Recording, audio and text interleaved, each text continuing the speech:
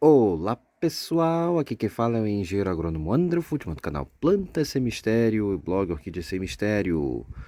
Bom, gente, vocês estão vendo essa orquídea aqui agora que já está passando, né? Já está no seu final de floração.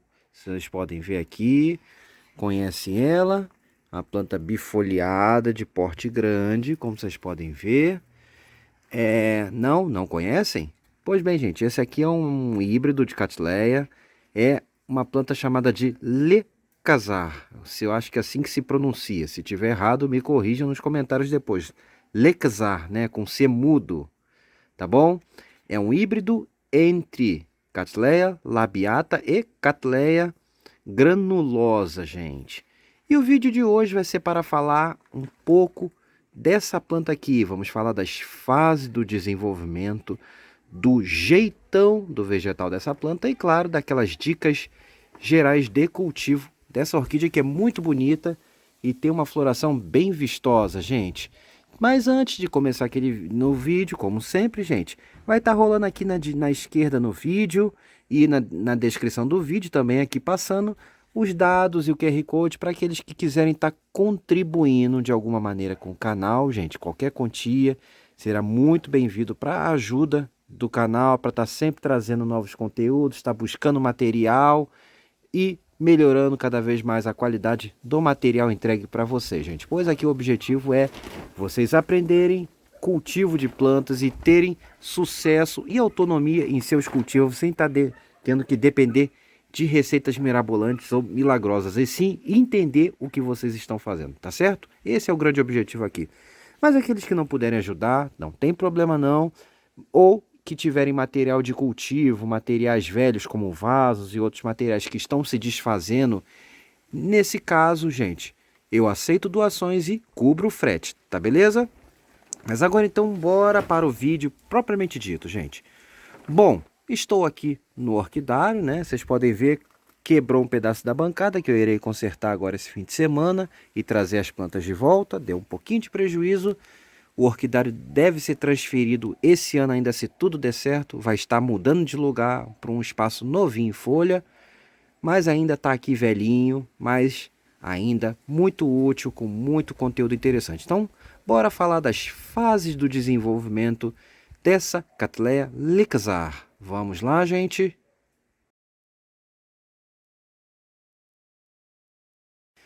Fases do desenvolvimento da Cattleya Lecazar.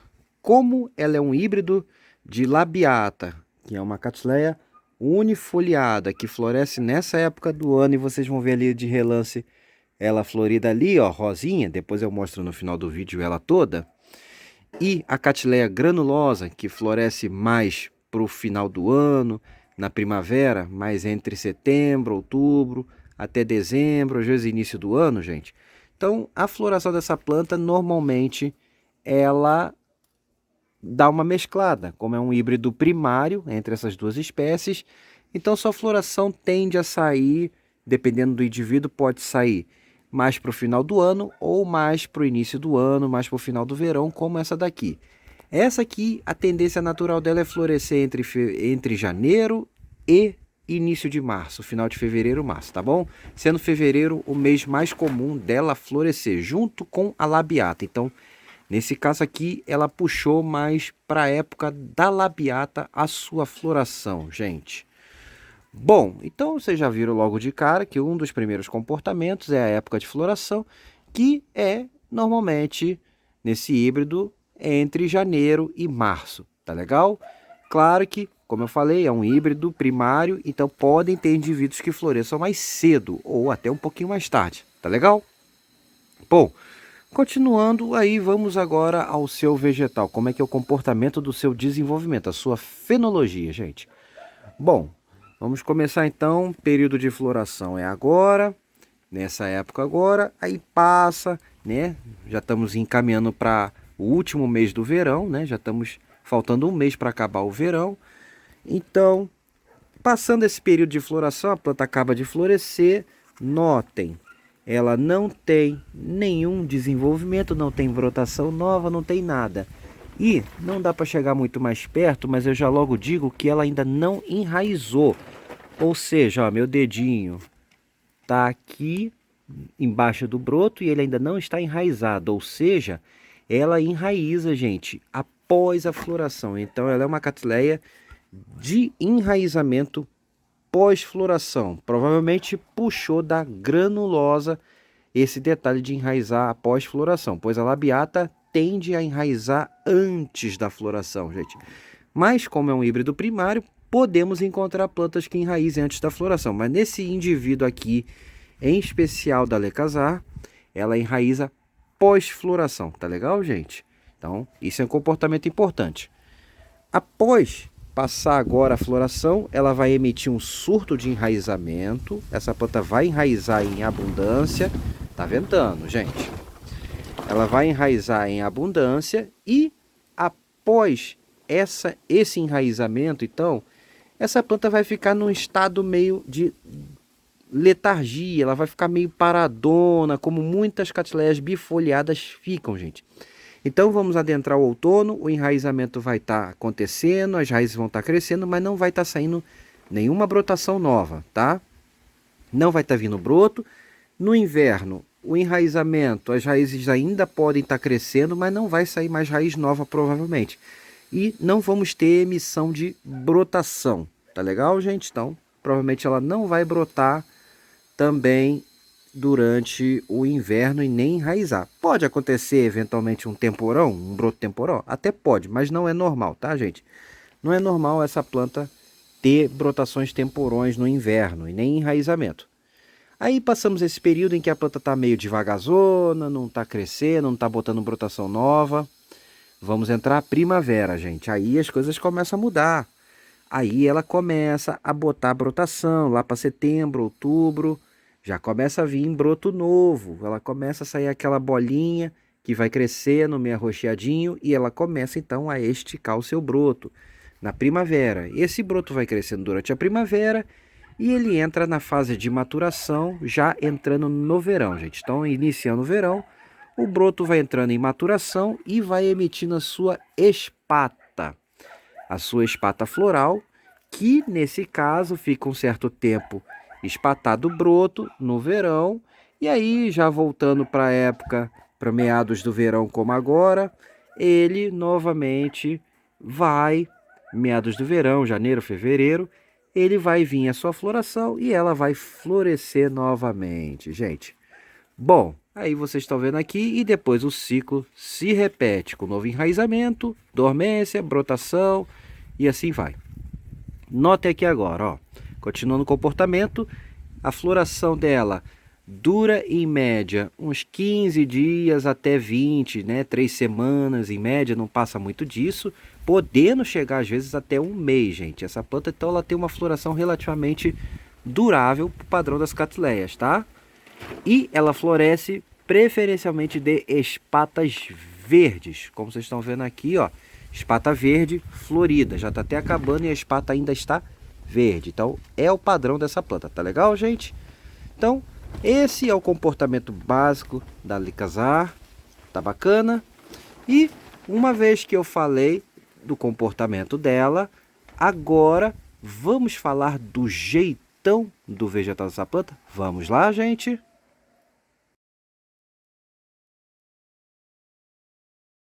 Jeitão do vegetal da Cattleya Lecazar, gente. Bom, vamos começar como sempre de suas raízes, a falar do corpo dela. Aqui, como está num ambiente um pouco apertado, vai ficar meio difícil de eu estar entrando aqui em mais detalhe das suas raízes. Mas, aqui não tem grandes surpresas não, gente. As raízes da Lecazar seguem o padrão de outras catleias, ou seja, é uma raiz de calibre mediano. É uma raiz de calibre mediano, então tá aqui suas raízes. Vou tentar chegar o mais perto possível, mas tá difícil. Uma raiz de calibre médio, como de outras catleias, tá bom, gente? Não muda muito aqui. E ela se expande relativamente bem. Aqui ela tá no acopladinho, tá no sistema acoplado e tem várias raízes aqui com um pouco de musgo aqui na madeirinha, tá legal? Então, esse é o padrão, são raízes de calibre médio que se espalham bastante. E a gente já viu pelo comportamento que elas saem após a floração, tá legal? Bom, saindo de suas raízes médias, bem eficientes com velame, a gente vai passar para o seu rizoma e pseudobulbos. Bom, ela, por ser uma catiléia, deixa eu tirar esse matinho daqui, essa planta é terrível, ela é uma planta que tem um rizoma bastante desenvolvido, gente. E o rizoma dele tem em média 3 dedos de espaço entre um pseudobulbo a outro. Então ele tem entre 2 dedos e meio até 3 dedos de espaço, podendo ter um pouco menos, entre um bulbo e outro. Tá legal, gente? Então é um rizoma desenvolvido e você percebe bem a presença dele. E é um rizoma que caminha sempre na superfície do substrato. Ele não levanta como algumas espécies tendem a levantar, mas nesse caso aqui ele anda sempre na superfície do substrato. Tá bacana, gente? Partindo do seu rizoma, a gente vai para os seus pseudobulbos.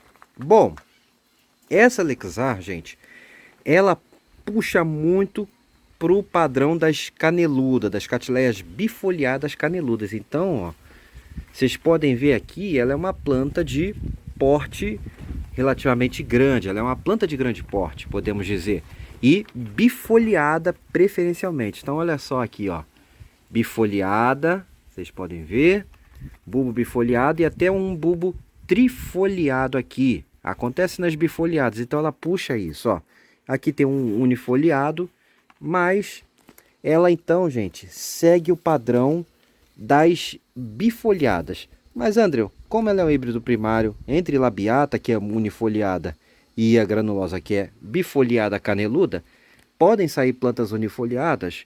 Eu acredito que possa até ter indivíduos unifoliados, gente, mas pelo que a gente vê desses híbridos, a dominância são de indivíduos bifoliados e de porte alto, caneludas. Então, vocês estão vendo aqui, ó, planta bem caneludona mesmo e de porte grande, passando facilmente dos 30, chegando a 40, 50 centímetros de altura aqui o seu pseudobulbo, tá legal?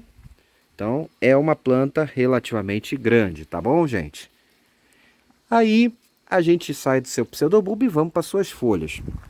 Bom, as folhas dela seguem muito o padrão de uma folha de uma catileia bifoliada, né? Aquela folha meio... a folha, formato não tão... Puxa, tem um pouco elíptico, mas ele é mais pontudo, não tanto quanto uma elipse. Então, vocês podem ver aqui, ó. E algumas folhas podem ficar um pouco maiores. Então, são folhas grandes. Isso provavelmente puxou da labiata, tá? Aqui vocês estão vendo, ela tá meio suja de lodo mesmo, gente. Tem muito lodo aqui, muita umidade, então as folhas acabam sujando. Aqui a gente tem uma mais novinha, então vocês veem, ó. Então, ela segue muito o padrão de uma bifoliada, só que ela fica um pouco mais comprida as folhas. Talvez puxando isso das labiatas. Que a granulosa mesmo, a folha é um pouco menor, tá? Também não é pequena, eu tenho uma granulosa aqui, mas não é desse tamanhão todo, tá beleza, gente? E sempre o padrão, nesse caso aqui, desse indivíduo bifoliado, podendo vir indivíduos com 3 folhas, o que acontece muito nas catileias bifoliadas de modo geral, principalmente as caneludas, tá bom, gente? Aí, saindo das folhas, vamos para as espatas florais e hastes florais. Bom, espata aqui nesse caso, gente, é uma espata normalmente simples. Eu ainda não observei nessa catileia em especial espatas duplas, ou seja, espata que vem dentro de uma espata, o que acontece muito com labiatas, tá? E a floração vindo da espata verde, então uma espata predominantemente verde no período da floração, tá legal, gente? Uma espata de tamanho mediano, ela não é tão gigantesca, mas ela pode ficar um pouco maior que isso, tá bom? E a sua inflorescência, gente? É uma planta multifloral que normalmente coloca, quando bem florida, florações com no mínimo entre 4, podendo chegar a 4 a 8 flores, podem chegar um pouquinho mais, tá? Então entre 4, 8 flores, 10 flores é o máximo que essa planta costuma chegar. Essa aqui tá com, já tá passando, ó, já até caiu, tá com 4 flores aqui, tá bom? Ela tem 4 aqui no momento, mas já caiu uma. Ela já tá passando, mas ela pode botar um pouquinho mais, gente, tá beleza? E a haste também, ela é baixinha, né? Ela sai da espata e não cresce muito. Então é uma haste padrão para catileias bifoliadas, sem crescer muito, tá bom? E a sua flor? A sua flor, gente, ó, a sua flor, ela mescla muito a labiata, pegando o labelo mais colorido, mais aberto. Às vezes ele pode ter esses desenhos igual tem na granulosa, ou pode ser mais liso como na labiata. Forma um labelo muito bonito e ele pega a forma, pega bastante a forma da granulosa. Nesse indivíduo aqui, a gente pode ver que ele pegou os desenhozinhos, veiozinhos, as listrazinhas da granulosa, mais da granulosa, e ficou mais compridinho, com o pescocinho mais comprido como a granulosa, com os lobos laterais mais curtinho, mas ela pode ficar um pouquinho mais puxado para a labiata também, com as cores mais inteiras, mais lisas, sem esses detalhes aqui, tá bom? Então pode mesclar, sempre com a cor mais chamativa, isso fica muito bonito. E a flor, gente, ela fica meio com um padrão de uma mescla muito o padrão de uma catleia bifoliada, mas ela pega aquele fundo de cor rosa da unifoliada, que no caso é a labiata. Então essa aqui já está passando, você vê que a flor já está meio amarelada, meio desbotada, mas o curioso dessa planta é o seguinte, dessa flor, gente. Quando ela abre, e vocês vão ver a foto dela abrindo aí, e eu vou ver se eu achar, eu vou colocar a foto dela mais antiga até do que essa que está aqui, para vocês verem como a cor, a flor vai mudando de cor.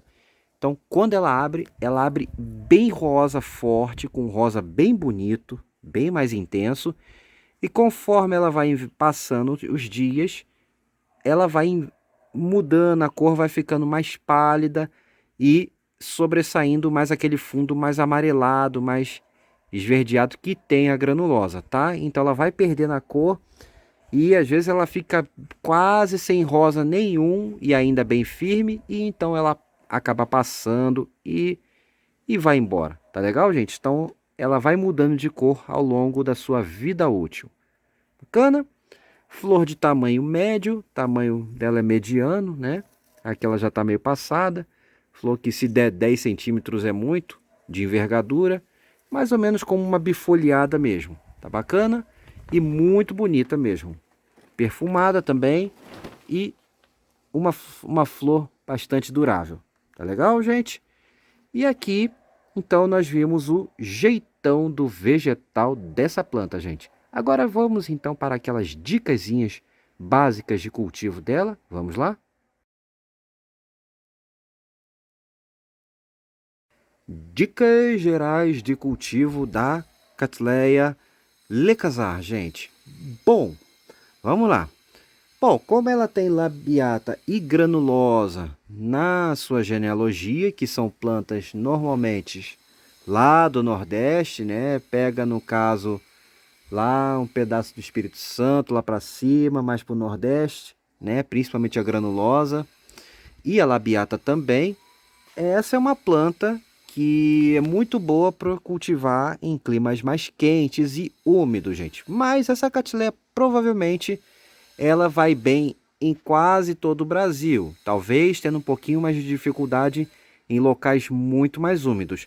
Mas como a labiata, ela é uma planta que tem uma adaptabilidade muito grande, ou seja, ela é uma planta do Nordeste, mas ela tem ambientes variados lá. E ela se adapta no cultivo, ela se adapta tanto em locais muito frios, sujeitos a geadas, até locais mais quentes. Então, realmente, provavelmente esse híbrido aqui também vai ter essa plasticidade que a gente chama de ambiente, sendo possível cultivar praticamente em todo o Brasil, tá legal? Passando disso, umidade para essa planta. É uma planta que requer bastante umidade, como toda bifoliada, toda Cattleya. Ambientes úmidos e ambientes também com uma boa ventilação, gente. Ventilação que é essa moderada, mas também não pode ser excessiva, com muito vento, correntes de vento, e nem abafado demais, pois também nesse outro caso favorece as doenças e outros problemas, tá legal? Em termos de luminosidade, gente, luminosidade é uma planta que requer uma luminosidade moderada para mais intensa, como as labiatas e as granulosas requerem. Então, em termos de sombrite, significa colocar ela mais ou menos em torno de uns 60%, tá bom? Com o sol filtrado entre 70% a 60%, com o sol filtrado o dia todo. Quanto mais horas de sol pegar pelo sombrite, né, filtrado pelo sombrite, melhor será a luminosidade para ela e melhor será o seu desenvolvimento. Tá legal?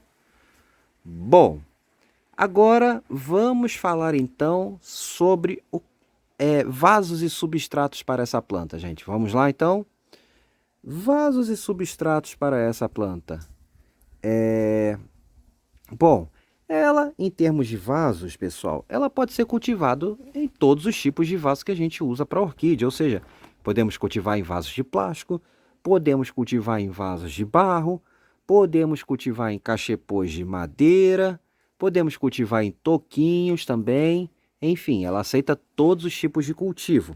Mas, sem sombra de dúvida, por ela ter um porte bifoliado e seguir esse padrão dessas catileias que às vezes são um pouco mais chatas com relação a transplantes, ela vai muito bem, eu recomendo muito, inclusive é o que eu estou aqui, essa planta floresce todo ano.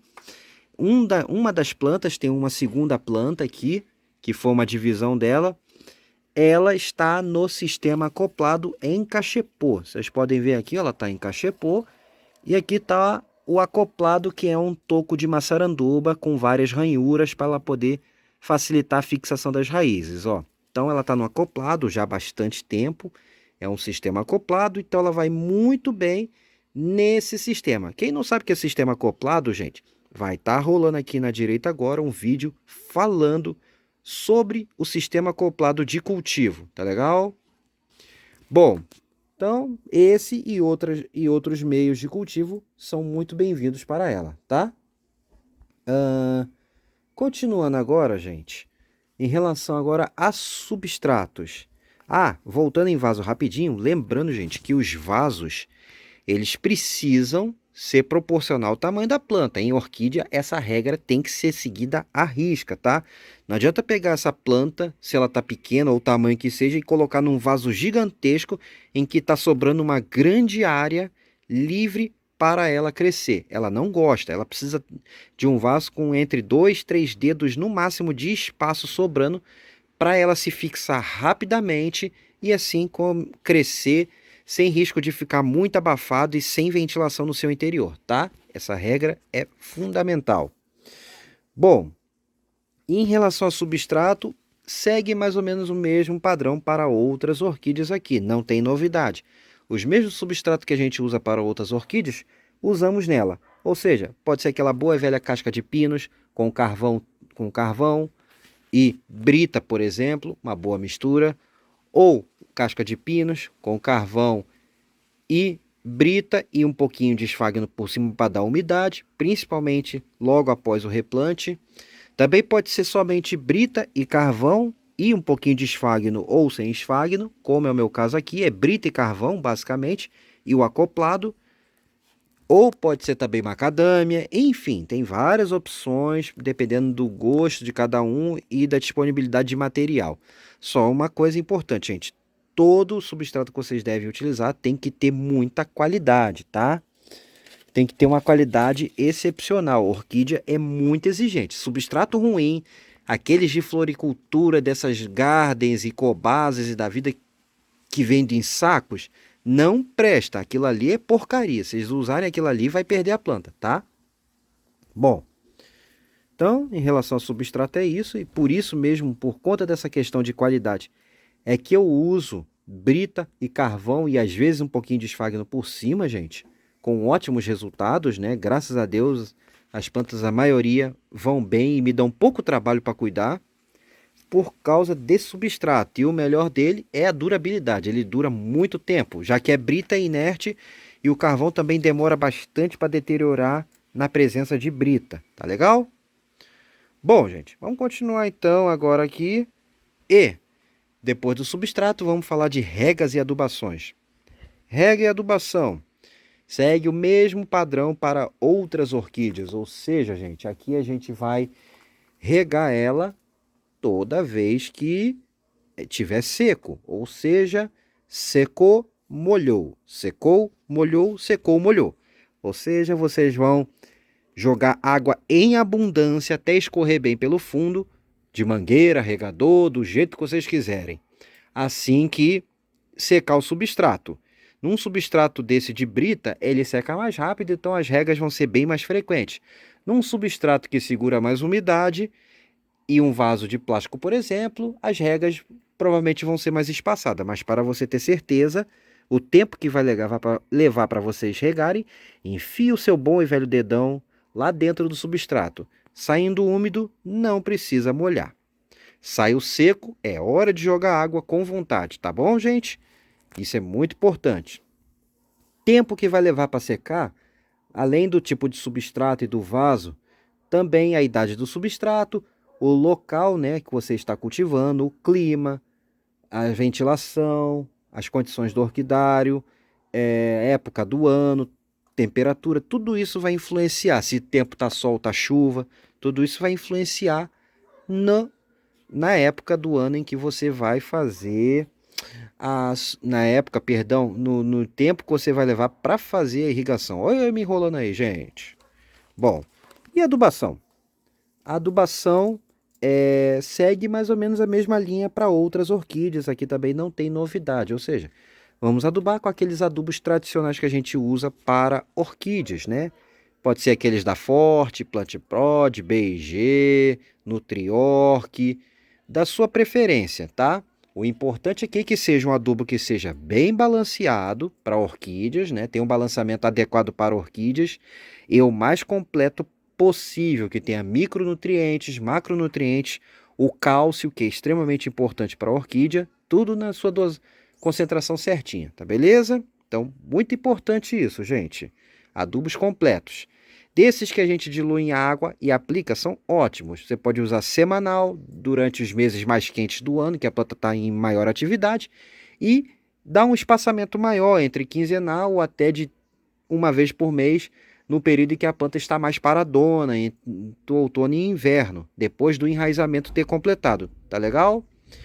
Também você pode fazer uma complementação com adubos sólidos, como por exemplo, de liberação lenta como o osmocote a cada 3 meses, ou de acordo com a recomendação do fabricante do seu osmocote, ou adubos orgânicos como torta de mamona e farinha de osso, também a cada 2, 3 meses, ou bocache também a cada 2, 3 meses, com ótimos resultados, tá bom? Inclusive tem gente que só usa esse tipo de adubação e tem plantas belíssimas, tá legal?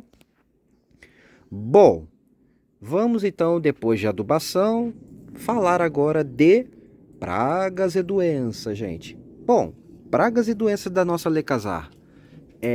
Quais são as pragas mais comuns que atacam essa Cattleya lecazar, gente? As mesmas que atacam as demais Cattleyas, ou seja, podemos ter problemas com cochonilhas, sendo a praga principal, né? As cochonilhas são realmente bastante problemáticas, elas causam problemas, a gente tem que ficar sempre de olho, principalmente em condições de períodos de muito nublado, com pouca luz, muita planta densada junta, né? Isso ajuda muito com a cochonilha e tempo abafado. Elas instalam, adoram aqueles cantinhos ocultos na palha do pseudobulbo, aqui nessa junção aqui, ó, da folha com o pseudobulbo, né? Esse encaixe também elas adoram.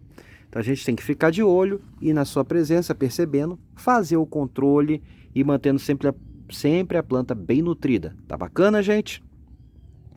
Também podemos ter problemas com lesmas e caracóis, principalmente aqueles pequenininhos. Então, principalmente no período mais úmido do ano, mais molhado, faça aplicação regular de lesmicidas ou armadilhas para estar coletando e destruindo essas lesmas e caracóis, tá beleza? Controle porque eles fazem bastante estrago. De pouquinho em pouquinho eles matam sua planta, tá bom? Também podemos ter problemas com ácaros, eventualmente, deixando as folhas meio manchadas, como a gente está vendo aqui, né? Isso aqui foi alguma coisa mais antiga de ácaro, mas já não tem mais. Deixa a folha com aspecto bronzeado, lixado.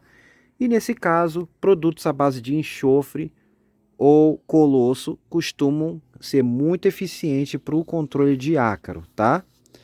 Lodo, gente. Aqui, como vocês podem ver, lodo, ó, passa a mão e sai. Lodo. Eventualmente vocês podem estar limpando ele com um pano bem macio, uma flanelinha macia, se isso estiver te incomodando.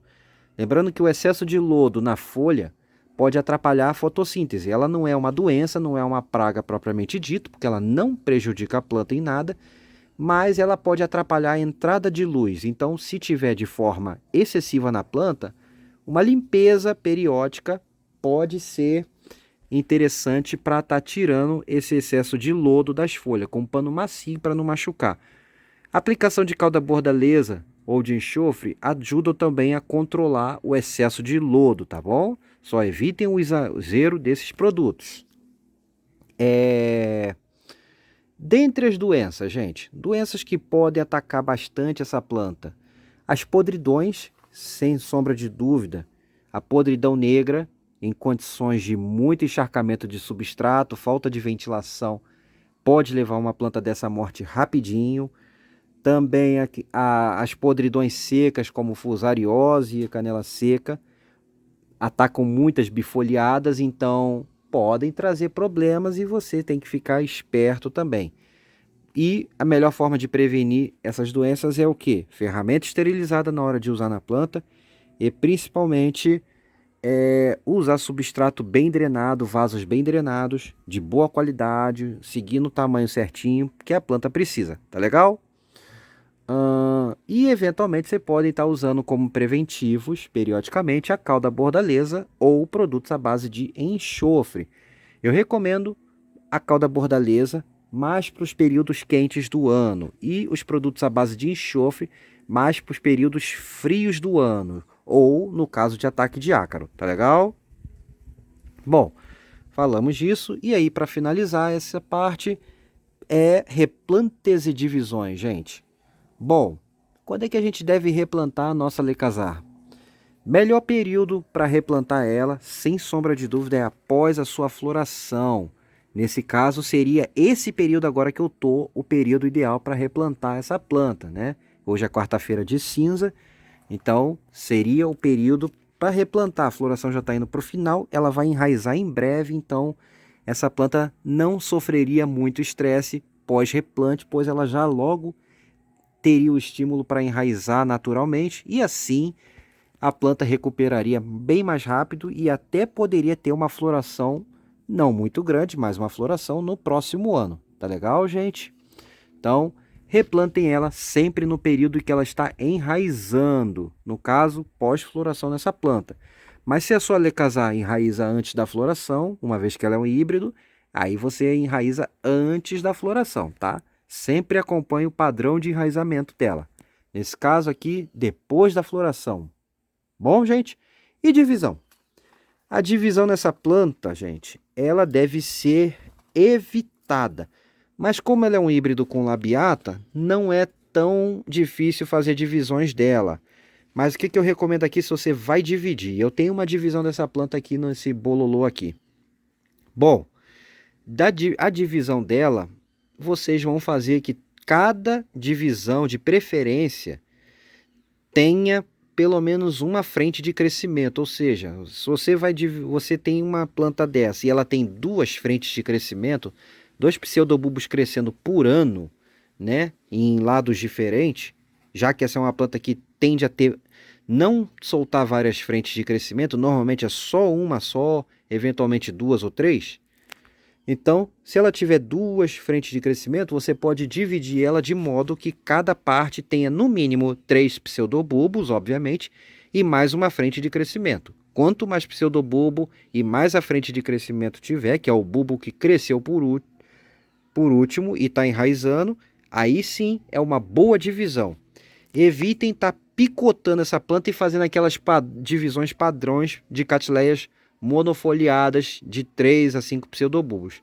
Só dividam se realmente for necessário e tentem sempre que possível fazer com que cada divisão tenha uma frente. Muitas vezes não vai ser possível. E significa que você vai perder a planta? Não. Mas provavelmente a recuperação dela vai ser bem mais lenta. Então, se você quiser por exemplo, você vai mexer numa planta dessa e vai sobrar uma traseira com 2, 3 pseudobulbos e ele não tiver tão ruim, pode ser que ele bote uma e tiver gema viável, é capaz dele brotar e recuperar, tá? Mas evitem divisões desnecessárias nessa planta. Tá legal, gente? Bom, e era basicamente isso que eu tinha que falar. Ah, e lembrando, vai dividir a planta, esterilize sempre a ferramenta. Isso aí é fundamental, galera. E agora, finalizando aqui, espero que tenham gostado do vídeo. Se sim, dê aquele joinha bacana, se inscrevam no canal, gente, ative o sininho para receber as atualizações e compartilhem com seus amigos, comentem, participem, chame os amigos também para ver mais essa planta. E no Facebook é a mesma coisa, sigam a página, ativem lá para vocês receberem as atualizações pelo feed e comentem, compartilhem com seus amigos, pois o compartilhamento, o curtir, o se inscrever, tudo isso é a melhor forma de vocês estarem ajudando o canal e a página no Facebook, tá bom, gente? No mais, agora eu vou mostrar mais um pouquinho da sua beleza para vocês e para finalizar esse vídeo, só um pouquinho da floração da labiata. Vamos lá? Agora aqui, gente, olha aqui a floração que ainda não está toda aberta não, tem mais haste vindo. Mas olha que beleza, gente, essa é uma das progenitoras daquela planta que eu mostrei, né? Da Lecasal. Olha que linda essa labiata no auge da sua floração. Olha só, bonito, né, gente? Beleza? Não esqueça do joinha, gente, de compartilhar, se inscrever. Agora eu fui. Tchau, tchau. Mais um pouquinho dessa beleza para vocês e fechando em 3, 2, 1.